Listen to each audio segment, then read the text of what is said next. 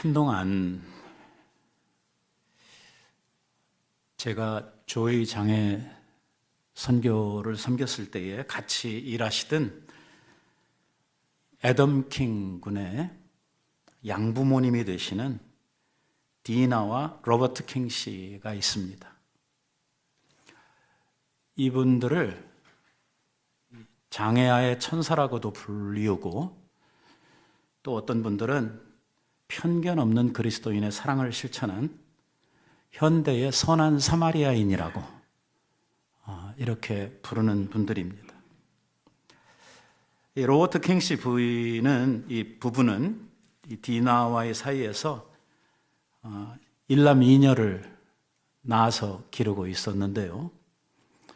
자기 자식들 말고 한국에서 5명의 입양 아이들을 가족으로 맞아들여서 총 9명, 그리고 자기 아이들까지 합쳐서 부부지간까지 합치면 12명의 가족을 이루고 살아가고 있는 이러한 분들인데, 그 입양한 한인 아이들 중에 4명이 신체장애나 아니면 정신장애를 앓고 있는 사람들입니다. 8명의 장애 아들을 우리나라 말고 또 다른 나라에서도 입양을 한 아이들이 있어서 8명의 이 장애 아이들을 입양해 가지고 가족으로 키워오고 있는 장애아의 대부라고도 이렇게 불려지는 분입니다. 이 로버트 킹 씨는 정말 피부 색깔도 다르고 인종도 다른 아이들을 거두는 것만도 어려운 일인데, 그 아이들 중에서 아무도 원하지 않는 그 지체부자유자들, 그리고 정신 문제가 있는 이러한 뇌성마비 환자들, 이러한 아이들을 입양을 해가지고 자식으로 키우고 있는 것입니다. 얼마나 훌륭한 이러한 삶을 살고 계신 분인가 하는 생각을 하게 되죠. 이런 분들은 좀 오래 살았으면 좋겠는데,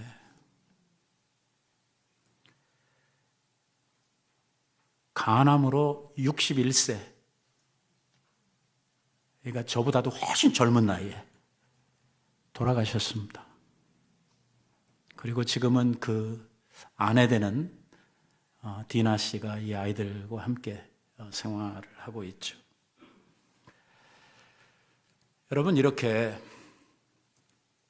장애가 있어서 뇌성마비라든지 지체 부자유자라든지 이러한 아이들이 도움을 받고 일상을 살아갈 수 있는 가장 좋은 방법은 누군가에게 입양이 되는 것입니다.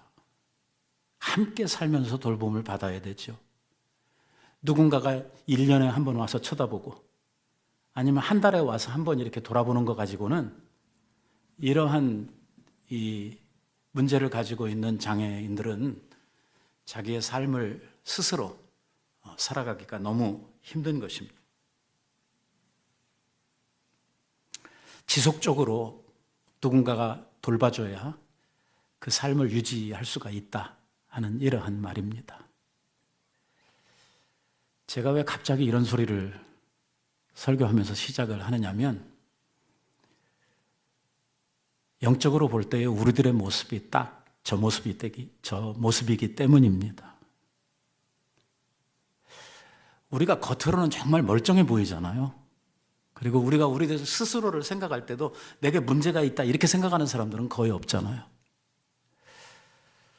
그런데 성경은 계속해서 거듭거듭 우리들에게 이야기를 하는데 뭐라고요?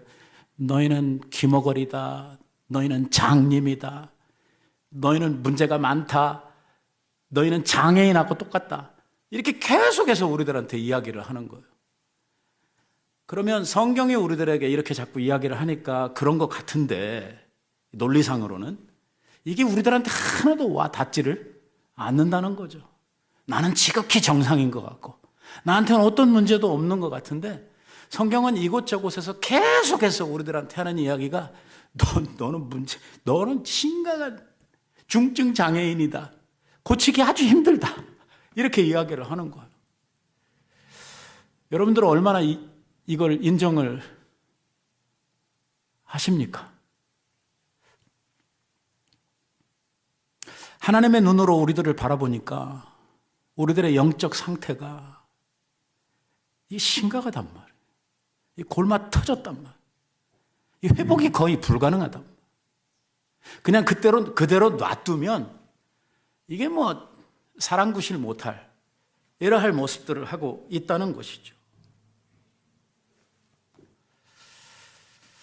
하나님께서 지금 바라보고 있는 우리들의 모습, 그리고 하나님께서 우리들을 통해서 이루시려고 하시는 하나님의 생각, 이거를 우리들이 좀 생각해 볼 필요가 있는데, 이미 여러 차례에 걸쳐서 에베소서를 우리가 같이 생각을 하면서 우리를 구원하신 목적, 하나님께서 당신의 독생하신 아들을 희생시키시면서까지 오늘 하나님의 자녀들로 우리를 삼으신 그 이유, 그 목적 어디에 있다고 그랬습니까? 제가 벌써 여러 번 이야기했는데 대답이 궁하다면 뭔가 문제가 좀 심각한 건데요. 그러니까 이만큼 우리들이 지금 문제가 있다 이 말이에요. 계속해서 사도 바울이 우리들에게 강조한 것은 뭐냐면, 하나님께서 우리들을 구원하신 것도 그 값비싼 희생을 치르시고 모든 한 이유가 뭐냐면 하나님의 거룩한 자녀로 우리들을 삼으시려고. 그러니까 하나님께서 처음 우리들을 창조하셨을 때에 처음 창조된 우리 인간의 고귀함, 우리들의 영광스러움, 하나님 보시기에 정말 아름다웠던 그 모습으로 우리들을 회복시키려고 하는데, 우리들이 피상적으로 그냥 아름답다, 영광스럽다, 이거는 너무 추상적이잖아. 그럼 도대체 어떤 모습이었길래 이렇게 표현을 하셨느냐? 그렇게 하나님 눈에 좋고 이쁘고 아름답고 뭐 이렇게 영광스러웠던 그 이유는 사람이 누구를 닮았어요? 하나님을 닮았어요. 왜? 하나님이 그렇게 만드셨어요. 하나님의 형상을 따라 사람을 만드셨어요. 그러니까 사람을 만들었는데 그 사람의 모습 속에 당신을 담아두시려고 했고, 또 그 모습 속에 하나님의 형상들이 있었기 때문에 하나님께서 보시니까 너무 좋은 거예요. 여러분들도 우리가 좀 부족하고 좀 모자라기는 하지만 여러분들도 여러분들 자식들이 이쁘잖아요. 딴 거하고 바꿀 수가 없잖아요. 딴 애가 조금 더 객관적으로 볼 때 조금 더 잘생겼다고 그래서 걔하고 난 바꿨으면 좋겠다 이러는 분은 없잖아요. 왜? 우리들 자식들 속에는 누가 들어있냐면 내가 들어있거든요. 제가 오늘 교회에서 아주 반가운 얼굴을 하나 만났는데, 제가 평소에 잘 알던 아주 오래된 형님 아들인데요. 아버지하고 똑같이 생겼어요. 깜짝 놀랐는데, 아버지의 모습이 아들에게 있단 말이에요. 그러니까 아버지는 자식을 볼 때 어떻습니까? 그 누구보다도 사랑스러운 거예요. 왜? 쟤를 보면 내가 있거든요, 거기. 그 자식에 대한 이러한 부모의 사랑이라고 하는 것은 그 어떤 것으로도 대체할 수가 없는 것이죠. 하나님께서 사람을 처음 만드시고 보셨을 때에 사람이 하나님의 모습을 닮아가지고 있고, 하나님께서 또 그렇게 의도적으로 당신의 형상을 따라 만드셨기 때문에 사람들을 보니까 너무 좋은 거예요. 그래서 말씀하시기를 내가 지어놓은 세상의 그 어떤 것보다 사람이 가장 아름답고 내 보기에 좋았다, 이렇게 선포를 하신 거거든요. 근데 그 모습, 그 모양으로 잘 지냈으면 참 좋았을 텐데, 사람들이 죄를 범함으로 말미암아 사람에게 있었던 하나님의 형상들이 다 사라지게 된 거예요. 죄와 더불어서 이제 우리들 속에 하나님의 모습은 없고, 우리 안에 정말 더럽고 추하고 죄에 오염되고 타락한 이러한 모습들이 생겨나가지고 사람들은 이제 그 죄로 말미암아 영원한 사망 가운데 들어가고 하나님과는 분리가 되어가지고 하나님 앞에 가까이도 갈 수 없는 이러한 죄인으로 살게 된 것이죠. 이에 대해서 하나님이 그렇게 당신이 정성을 들이고 마음을 써서 만든 하나님의 사람들, 이 인간들이 그렇게 패망하고 그렇게 저주 속에 살아갈 수밖에 없는 것을 안타까이 여기시고 그들을 구원하시겠다 작정을 하시고 우리들을 향한 구원 계획을 세우신 거죠. 하나님께서 오랜 시간을 통해서 이 구원을 이루어 가시고 또 때가 차면 예수 그리스도를 보내시고 또 성령을 통해서 이 구원을 사람들에게 유효적으로 적용하셔서 역사하셔서 하나님의 자녀를 삼으시고 왜? 원래 사람들이 가졌던 그 모습, 원래의 그 거룩했던 그 형상, 그거 만드시겠다는 거거든요. 그러니까 사도 바울이 지금 에베소서를 통해서 우리들에게 가장 강조하고 있는 건 뭐냐면 우리를 구속하신 목적, 창조의 목적과 같다는 것입니다. 뭐예요? 하나님의 거룩한 자녀들로 우리를 만드시겠다는 거예요. 그런데 지금 현재 죄로 말미암아 망가진 우리들의 모습은 어떠냐? 거의 장애인 수준이란 말이에요. 문제가 심각하단 말이에요. 막 여기가 터지고 저기가 터지고 여기가 망가지고 저기가 망가지고 해서 인간으로서의 이러한 바른 기능들이 제대로 작용하지 않을 뿐만 아니라 그냥 보기에도 추하고 더럽고 하나님의 관점에서 사람을 보면 이건 세상의 모든 만물보다 가장 악하고 가장 부패한 것이 사람이라. 아니 옛날에는 모든 피조물 중에 제일 아름답고 제일 존귀했던 게 사람인데 이젠 완전히 거꾸로 돼가지고 세상의 모든 만물 가운데 제일 더럽고 제일 악한 것들이 사람들이 돼버렸다. 하나님께서는 이러한 우리들을 새롭게 하시고 우리들을 회복시키시려고 하시는 것이죠. 우리들이 우리들 자신들을 바라보아도 정말 우리들이 하나님 앞에 거룩과는 거리가 먼 사람들이라고 하는 것을 우리 스스로가 인지하고 있죠. 우리는 죄에는 참 빠르죠. 마음도 빠르고 손과 발도 빠르고 죄 짓는 데는 마치 두꺼비가 파리 잡아먹듯이 그냥 죄의 유혹이 올 때마다 이것을 거절하지 않고 그냥 덥석덥석 물어버리는 이러한 모습으로 우리들이 살아가고 있는 내 모양들을 이렇게 하나님께서 바라보실 때 얼마나 정말 안타깝고 얼마나 참 무서운 이러한 삶을 우리가 살고 있을까? 이러한 우리들을 어떻게 하면 고칠 수 있을까? 어떻게 하면 우리들을 회복시킬 수 있을까? 하나님께서 계획하신 하나님의 방법이 뭐냐면 우리들 안에 뭘 두시냐면 당신의 독생하신 아들을 두시는 것입니다. 누구를 둬요? 예수 그리스도를 두시는 거예요. 우리는 실패했어요. 우리는 완전히 망가졌습니다. 우리는 하나님께서 우리들에게 주신 그 기회, 하나님께서 주신 언약이 있었는데 그걸 지키지를 못했어요. 우리는 우리들의 어떤 이기심과 욕심, 우리들 안에 있는 어떤 내 속의 야망 이런 것들 때문에 지켜야 하는 것들을 지키지를 못하고 다 망가져 버렸어요. 그런데 이러한 우리들, 그러니까 우리들 스스로는 자기 스스로를 지키지도 못하고 스스로는 어떤 거룩한 것들을 찾아가지도 않고 도리어 나쁜 쪽으로는 잘 움직이는데 좋은 쪽으로는 잘 안 움직이는 이러한 성향 자체가 좀 나빠진 이러한 우리들을 고치시기 위해서 우리들 스스로는 못 서고 우리들 스스로는 나를 고칠 수가 없기 때문에 우리들 안에 뭘 두시냐면 하나님의 아들 예수 그리스도를 우리 안에 두시려고 하시는 그분이 오셔서 우리 안에서 예수 그리스도께서 역사하시고 보내주신 하나님의 보혜사 성령과 더불어 우리들 안에서 우리들의 모습들을 바꾸어 가시고 치료해 가시는 거예요. 하나님의 형상을 회복해 가시는 것이죠. 우리의 종국적인 목표는 어디에 있느냐? 원래 우리가 하나님 앞에 처음 지음을 받았던 그 존귀함 가운데 나아가는 것이 오늘 하나님께서 우리 안에 계획하신 일이에요. 오늘 본문 11절 말씀해 보니까 그 모든 일들을 자기의 마음대로 하시는, 원하시는 대로 하시는 그분의 뜻을 따라서 우리가 예정함을 입어 그의 기업이 되셨다 라고 이야기를 하고 있습니다. 여러분, 요즘에 제 설교가 어렵죠? 네.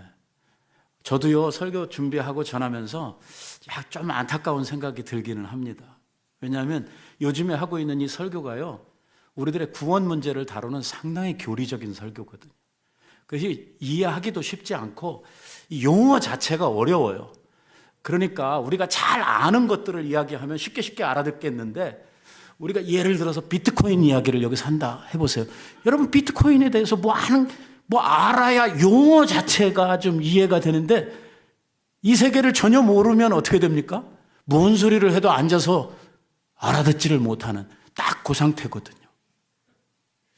그러니까 저도 참 난감해요. 여러분들이 좀 잘 알아들을 수 있도록 설명을 하고 싶은데 이게 그래도 한계가 있단 말이에요. 요즘 우리가 하고 있는 게 이게 아주 어려운, 아주 힘든 이야기들이거든요. 그럼에도 아주 중요한 이야기거든요. 왜? 구원에 대한 이야기를 하고 있거든요. 우리의 구원이 어떻게 이루어졌느냐? 이 말을 다른 말로 바꾸어 말하면 어떻게 우리가 하나님의 자녀가 되었느냐 하는 그 이야기를 하고 있습니다. 그 이야기를 하면서 뭐라고 이야기를 하냐면, 자기 마음대로 뭐든지 하고 싶은 그 하나님께서 당신의 뜻대로 우리를 예정하셨다는 거예요. 뭘로? 하나님의 자녀로 삼으시려고. 누구 마음대로? 내 생각과 아무 상관없이 하나님이 당신의 기쁘신 뜻대로 우리들을 자녀 삼으시려고 정하셨다, 이거예요. 정하셨다. 이거를 우리가 인정하는 안 하는 거 아무 상관없어요. 하나님께서 그렇게 하셨다라고 선포를 하고 있는 거예요. 여러분, 이 기업이라고 하는, 오늘 본문에서 기업이 되었다, 이 기업이 되었다 하는 말이요, 굉장히 어려운 말입니다. 이거를 풀어서 쉽게 설명을 하면 내 몫으로 택했다, 그 말이에요. 많은 것들 중에 이거 내 거야, This is my share 하는 그 뜻이에요. 이게 내 거야, 이렇게 구별하셨다는 거예요. 사람들이 많잖아요. 그 많은 사람들 가운데서 요거는 내 거야 라고 하나님께서 정하셨다는 거예요. 왜? 왜는 질문이 되지 않는다는 거예요. 누구 마음이에요? 하나님 마음대로 그렇게 하셨다는 거예요. 당신의 기쁘신 뜻대로 뭐든지 자기 마음대로 하실 수 있는 그분이 자기의 기쁘신 뜻대로 우리를 자기 몫으로, 자기의 것으로 구별하셨다라고 이야기를 하는 거예요. 그러면 이렇게 하나님의 것으로 구별이 돼요. 하나님의 소유로 우리들이 이렇게 만들어지면 그 다음에 어떤 일이 일어나느냐 하는 것이죠. 여러분, 아까 그 애덤 킹 이야기를 했는데요. 애덤 킹이 그 왜 철각다리를 하고 있잖아요. 다리를 다 잘라내가지고 이 타이타늄으로 만든 이 다리를 하고 다녀요. 저 친구가 한국에 2009년인가 4년인가 기억이 안 납니다만, 그때 한국에 가서 프로야구가 시작하는 그 첫날, 그 첫 게임에서 한국에서 시구를 하고 김대중 대통령 초청을 받아가지고 가서 한국의 상당한 이 장애인들을 향한 이러한 사람들의 많은 관심을 일으켰던 이러한 친구죠. 근데 저렇게 이 사지가 불편하고 생활하기가 어려운 이러한 아이들이 자기 스스로 살아간다고 하는 것은 제약이 있잖아요. 자기 스스로 할 수 있는 일이 상당히 제한되잖아요. 그리고 정상적인 이러한 사람들이 많은 사회 속에서 저러한 아이들이 살아갈 수 있는 삶의 영역이라고 하는 것이 너무 좁아지잖아요. 이러한 아이들이 그래도 사람답게, 그리고 좀 지금 삶보다 훨씬 더 좋은 이러한 삶으로 그들의 삶이 바뀌어지려고 하면 누군가가 쟤를 자식으로 삼아가지고 24시간 돌봐주는 거죠.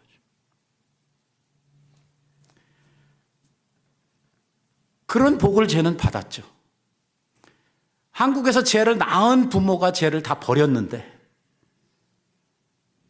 저 로버트 킹네 가족이 쟤를 자식으로 입양을 하면서 이 아이들을 자기 아이처럼 돌보아주고 이 아이를 24시간 곁에서 필요한 것들을 채워주면서 한 가족으로 사랑을 나누며 살아가게 되었으니까 저 애덤으로서는 얼마나 정말 감사하고 큰 이러한 일이겠습니까? 하나님 앞에서 죄 지은 우리의 인간들은 마치 장애인하고 똑같단 말이에요. 이게 장님 같고 때로는 귀머거리 같고 때로는 어디가 부서진 이러한 장애인 같은 우리들의 어떤 일을 제대로 못해요. 거룩과는 정말 거리가 먼 하나님의 자녀라고 보기에는 이게 너무 안 맞는 이러한 상태에 있는 이러한 사람들을 하나님이 당신의 자녀로 입양하시는 것. 입양하셔. 내버려 두는 것이 아니라 이렇게 망가지고 이렇게 잘못되어 있는 우리들을 하나님의 자녀로 입양해 주시는 것이요. 그리고 그를 하나님의 자녀로 데리고 키우시는 거예요. 저 로버트 킹 씨가 했던 이야기가 있는데요. 이 아담을 키우면서 긴 바지를 절대로 입히지 않는데요. 긴 바지를 입으면 가려지잖아요. 저 철제 다리를 한 것이 가리워지고 딴 사람들 보기에 얘가 장애인인지 아닌지 잘 모르잖아요. 그럼 좀 덜 창피할 수도 있다고 생각할 수 있잖아요. 그런데 그 로버트 킹 씨는 이 아담을 키우면서 긴 바지를 입히지 않습니다. 지금 아담에게 필요한 것은 다른 사람의 눈을 의식하는 것이 중요한 게 아니라 내가 누구인지를 자기 스스로가 인지하는 것이 중요합니다. 그것은 자기가 스스로의 삶을 살아갈 수 있는 자신감을 주기 위해서입니다. 라고 이야기를 해요. 그래서 반바지를 안 입힌다는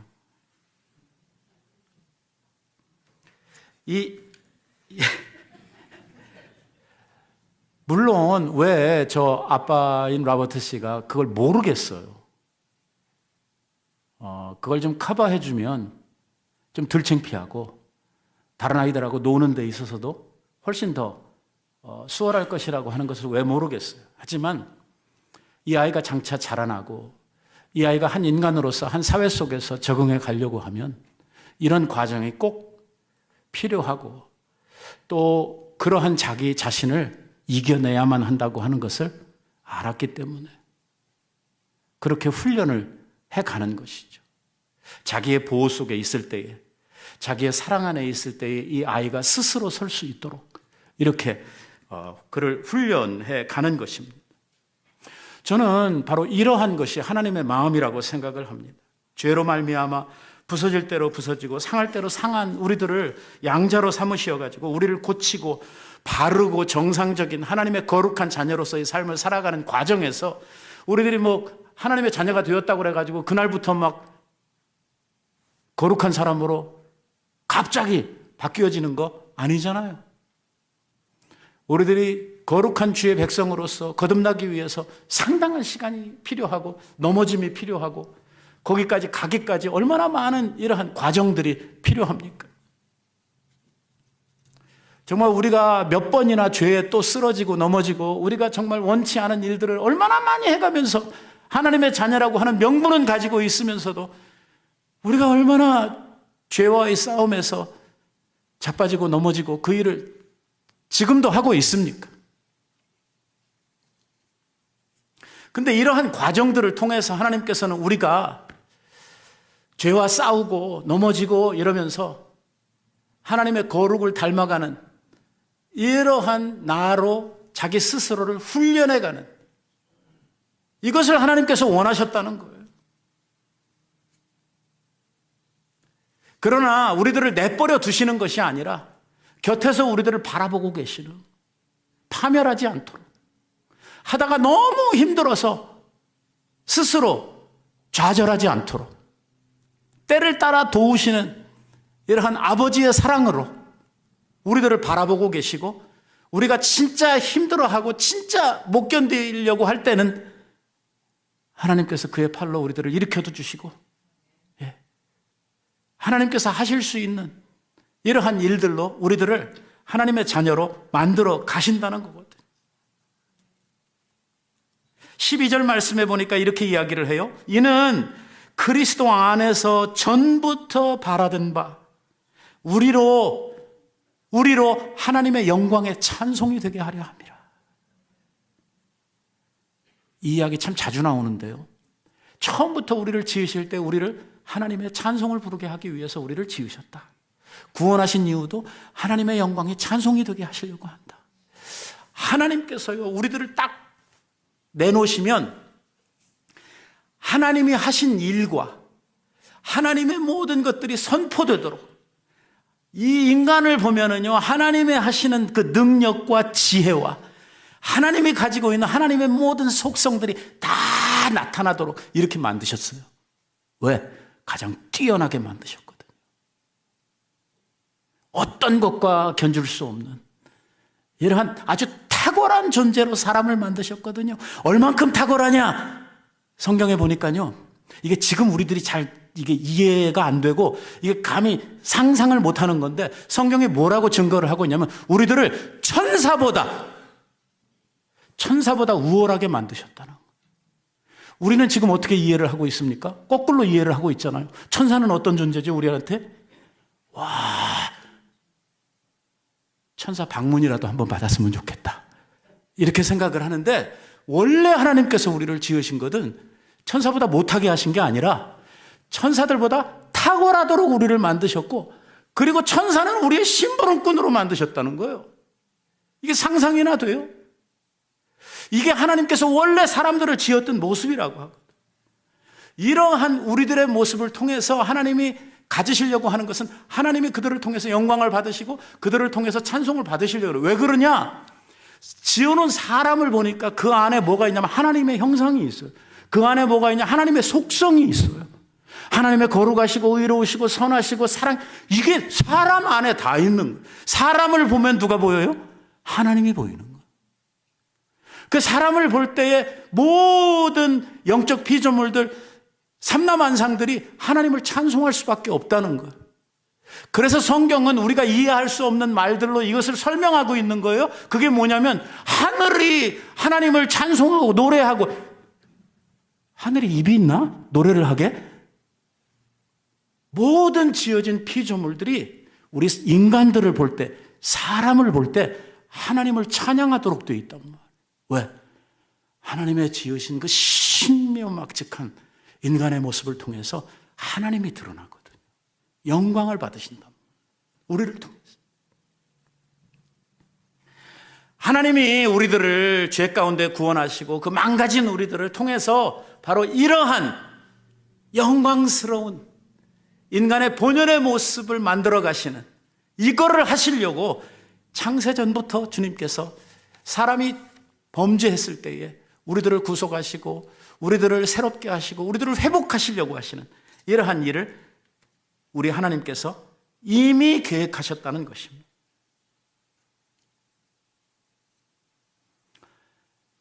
오늘 죄로 말미암아 죽었던, 그리고 죄 가운데서, 죄의 오염 가운데서 부패되고 정말 우리들 안에 선을 행할 수 있는 능력이 거의 사라져버린 이러한 우리들을 통해서 하나님이 하나님의 이런 영광스럽고 거룩하고 하는 이러한 모습들을 만들어가는 이 과정 속에 시간이 필요하잖아요. 이게 하루아침에 안 되잖아요.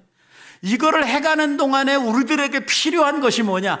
하나님의 자녀된 우리는 가만히 있으면 되느냐? 아니라는 거예요. 우리들이 하나님의 목표가 어디에 있는지, 하나님께서 우리들을 구원해 주신 이유가 무엇인지 하는 걸 알고, 내가 가야 할 나의 데스티니, 내가 궁극적으로 이루어야 할 우리들의 이 종착역, 이게 무엇인지를 이해를 하고 우리들이 그 가는 과정에서 해야 될 일이 뭐냐면 끊임없는 자기 부정입니다. 자기 부인이에요. 무슨 소리냐면 우리는 틈만 나면 죄를 생각하고 오늘 기회만 있으면 자빠지려고 누우려고 하는 이러한 습성들이 우리에게 있다. 왜? 죄로 말미암아 부패했기 때문에. 그게 너무 편하단 말이에요. 마치 자석이 말이에요, 서로 막 이렇게 끌어당기는 것처럼 우리들 안에 죄를 향해 막 끌려가는 이러한 것이 너무 강하단 말이에요. 그러니까 자기가 내 모습 이대로 가만히 있으면 어디로 끌려가요? 죄로 끌려가요. 항상 욕심 따라간다. 그 욕심의 마지막은 뭐라고 그랬어요?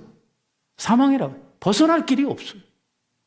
그러니까 하나님의 그 영광스러운 하나님의 자녀로서의 그 거룩한 모습을 만들어 가야 되는데, 이 과정에서 우리들이 해야 될 일이 뭐냐면 자꾸만 끌려가고 자꾸만 내 속에 있는 그 부패하고 더러운 이것을 부인하는 거예요.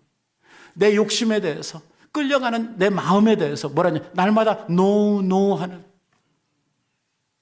누구든지 나를 따라오려거든 뭐하고? 자기를 부인하고. 신앙생활은 뭐냐? 자기 부인의 역사예요. 나는 죽었다. 나는 안 된다. 이거예요. 그리고 그리스도를 붙드는 거예요. 그래서 예수님을 우리 안에 보내주신 거거든요.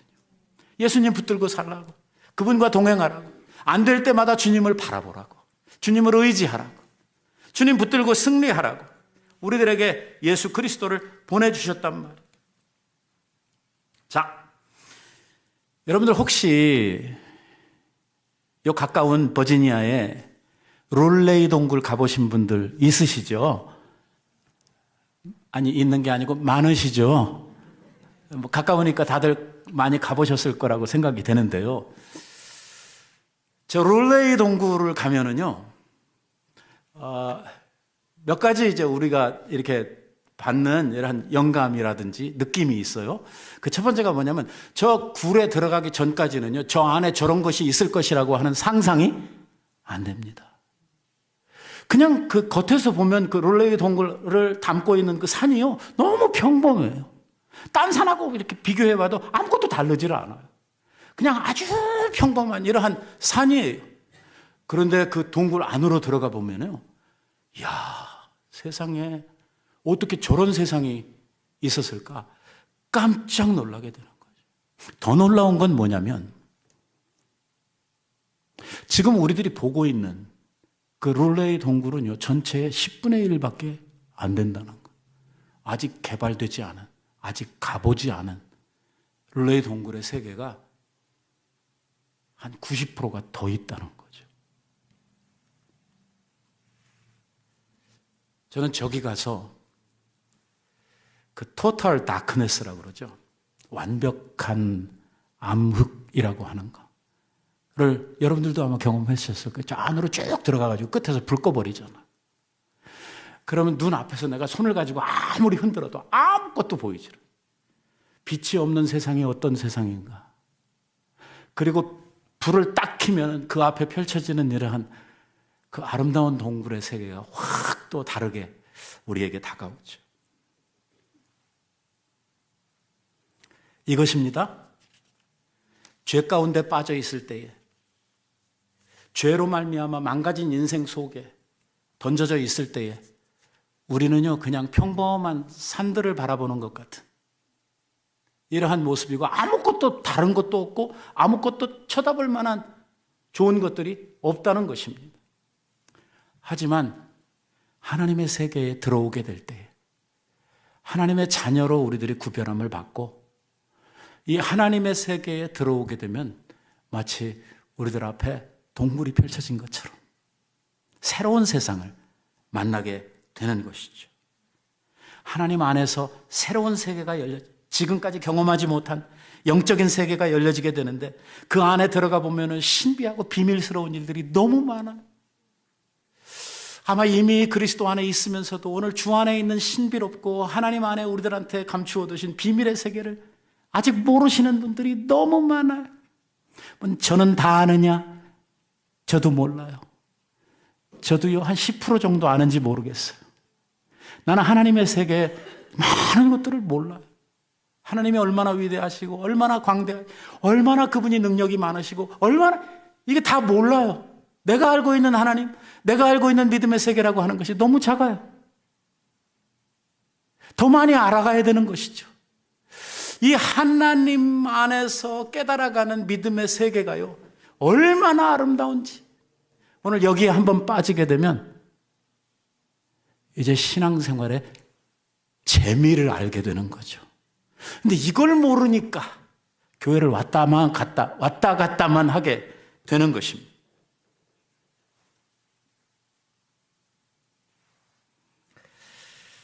정말 놀라운 일 아닙니까? 오늘 말씀을 보면은요, 우리를 구원하시기 위해서 성삼위 하나님께서 같이 역사하시고 같이 일하시는 모습이 나와요. 이게 정말 멋진 거예요. 왜냐하면 하나님은요, 당신이 직접 일 안 해도 얼마든지 많은 것들을 충분히 하실 수 있는 하나님이시잖아요. 세상을 지으실 때도 하나님이 뭐 산 만들기 위해서 흙 모으고 이런 거 안 하셨어요. 하나님 뭐 하셨어요? 있어라 했어요. 하나님 능력이 너무 많으신 분. 우리는 그 능력이 얼마나 크신지 다 알 수가 없어요. 그런 하나님이 우리의 구원을 위해서는요, 직접 일을 하시는 거예요. 누구한테 안 맡기고. 제가 맨날 불만스럽다고 이야기하는 게 그거잖아요. 좀 사람들 구원하시고 전도하기 위해서 하나님께서 뭐 천사도 좀 쓰시고 아니면 꿈도 좀 사용하시고 그러면 좋을 텐데 하나님이 왜 그렇게 안 하시는지 이해를 못 하겠어요. 구원의 역사만큼은 직접 하신단 말이에요. 하나님이 친히 하시는 거예요. 그것도 혼자 하시는 게 아니라 성자 예수님, 성령 하나님과 더불어서 하시는 거예요. 삼위 하나님께서 이 일을 위해서 머리를 맞대시고 손을 합치시고 하나님이 직접 이 일을 하시는 거예요. 왜? 중요한 일이거든요. 그 어떤 일보다 중요한 일이에요. 하나님에게 있어서 이 사람을 구원하시는 이 일은 가장 중요한 일 중에 하나거든요. 그래서 하나님이 직접 하시는 거예요.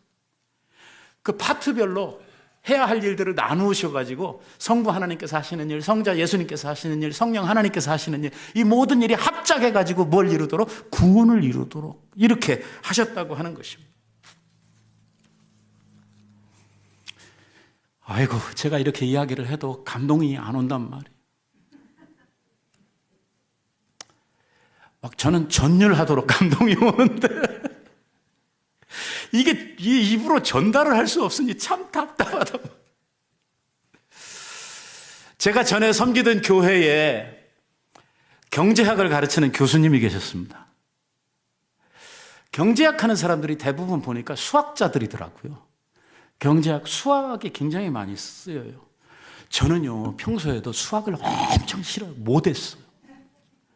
저는 오죽하면 한국에 만약에 있었으면 내가 수학 시험 안 보는 대학을 가야 되겠다.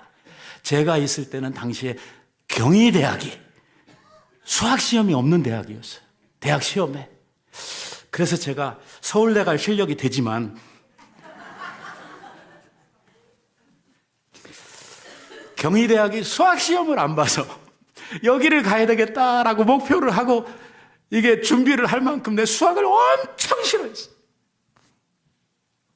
그런데 우리 그 장로님이, 그 경제학자이면서 그 교수이신 그 장로님이 사석에서 이렇게 밥 먹다가 이제 무슨 이야기 끝에 이런 얘기, 지금요 세상에는 문제는 있는데 답이 없는, 못 푸는 거예요. 이런 수학 문제가 6개가 있대요. 아무도 못 푼대요. 이거 풀면 노벨상 받는데요. 아셨나요? 저도 처음 들었어요, 거기서. 그런 문제가 있다는 것조차도. 저는 아예 수학하고는 관심이 없으니까, 근데 이 문제 중에 하나를 2년 전인가 누가 풀었어요. 그래가지고 그때 난리가 났어요, 세상에. 학계에서 그거 풀었다는 사실 때문에 제가 정확하게 연도를 기억을 못 하는데 이게 풀려가지고요, 한번 난리가 났어요. 근데 여러분들은 그런 일이 있었는지도 모르죠? 그러니까 돼지에게 진주를 던지지 말아라. 예수님께서 그렇게 말씀하신 거거든요. 이런 게 수학하는 사람들에게 있어서는 막 이게 막 엄청, 이게 뭐 말도 할 수 없는 이러한 뭐 대발견 이렇게 되지만 나 같은 사람한테는요, 아무 의미가 없어요. 그거 뭐 풀었다 하는데 뭐 감동도 없고 아무것도 없단 말이에요. 그러니까 이거잖아요. 구원에 대해서 감동하고 구원에 대해서 그 의미를 알고 구원에 대해서 정말 감격할 수 있는 사람은 누구예요? 구원받은 사람이에요. 구원받은 사람. 구원 못 받은 사람, 아직도 세상 가운데, 아직도 죄 가운데, 아직도 멸망 가운데, 아직도 어두움 가운데 있는 사람들은 구원에 대한 이야기 아무리 해봐야 그래서 뭐가 어쨌는데? 이렇게 되는 거예요, 이게. 13절 말씀해 보세요. 이렇게 이야기합니다. 그 안에서 너희도 진리의 말씀, 곧 너희의 구원의 복음을 듣고 그 안에서 또한 믿어서 약속의 성령으로 인치심을 받았으니, 이렇게 이야기를 합니다. 여기 보면은요, 구원을 받는 순서가 나옵니다. 첫째는 진리의 말씀을 듣는 일입니다.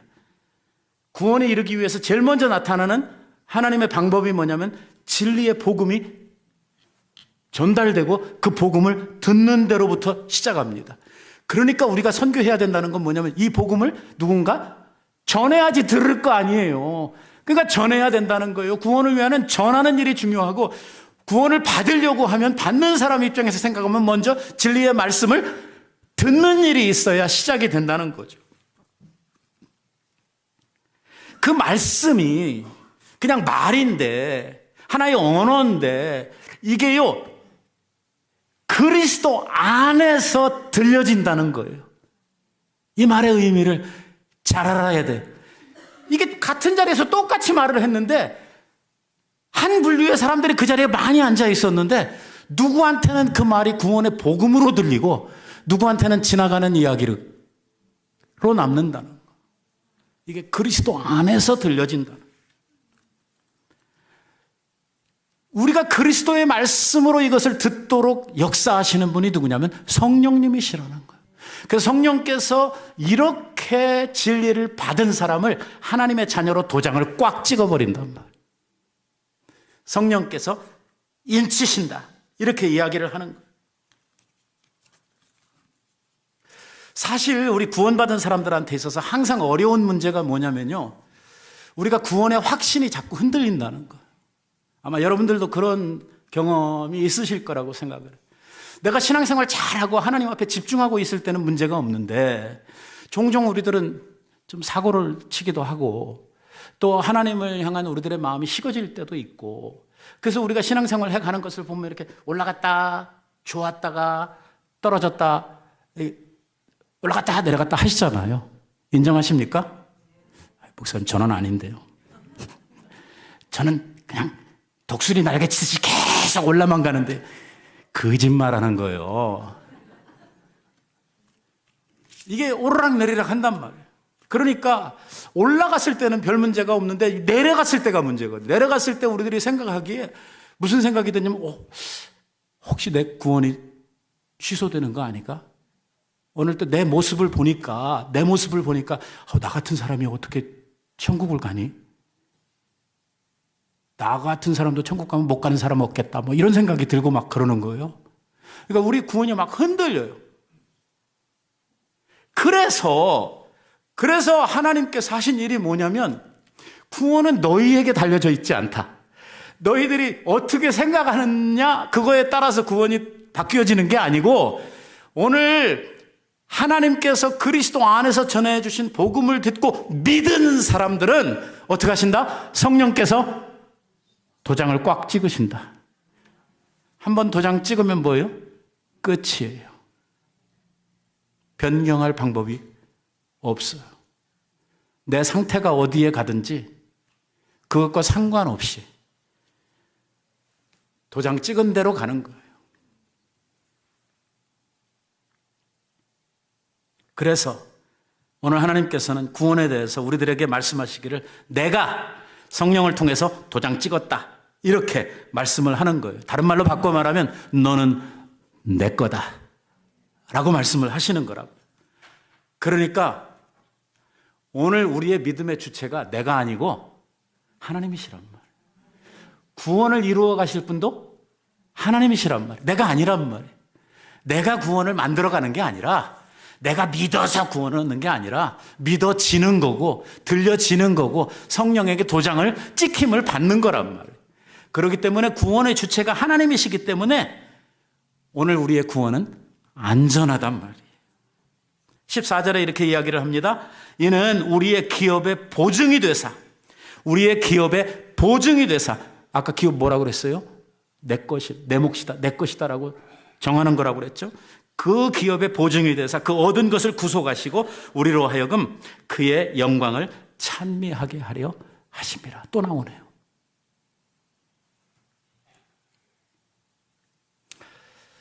여러분, 그래서 걱정할 거 없습니다.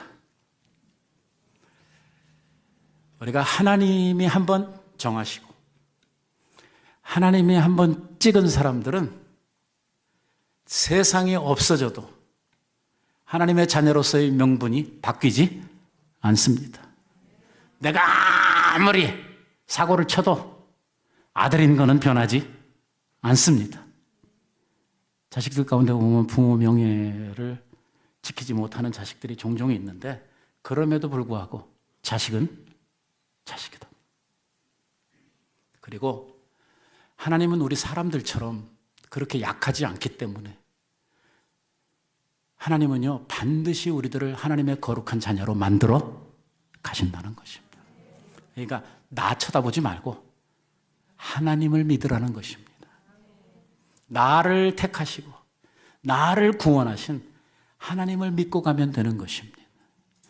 거기에 조금이라도 우리가 좀 보탬이 되려고 하면, 조금이라도 우리에게 이루어질 그 구원에 내가 함께 동참하고자 한다면 뭐 해야 되냐면 끊임없이 자기 부인을 해야 돼. 죄를 향해서, 세상을 향해서 자꾸만 끊어내는 이 일을 해야 되는 것이죠. 이럴 때 우리의 구원이 하나님 앞에서 아름답게 이루어지게 되는 것입니다. 여러분, 우리는 아주 특별한 사람들입니다. 하나님께서 구별하셨고 예수 그리스도를 통해서 우리들을 구속하신 하나님의 자녀들입니다. 오늘 이 믿음 가지고 우리가 살아야 하고, 또 우리가 이 믿음 지켜가기 위해서 성령께서 오늘도 우리 안에서 역사하시는 그 역사를 따라서 동행하는 이러한 은혜가 있어야 할 줄로 믿습니다. 여러분, 평생을 사시는 동안 이 구원의 은혜, 하나님이 주신 이 구원의 보증을 든든하게 붙들고 천국 가는 그날까지 흔들림 없는 이러한 믿음의 생활을 하시기를 우리 예수님의 이름으로 축원드립니다. 기도하십시다. 자비하신 주님,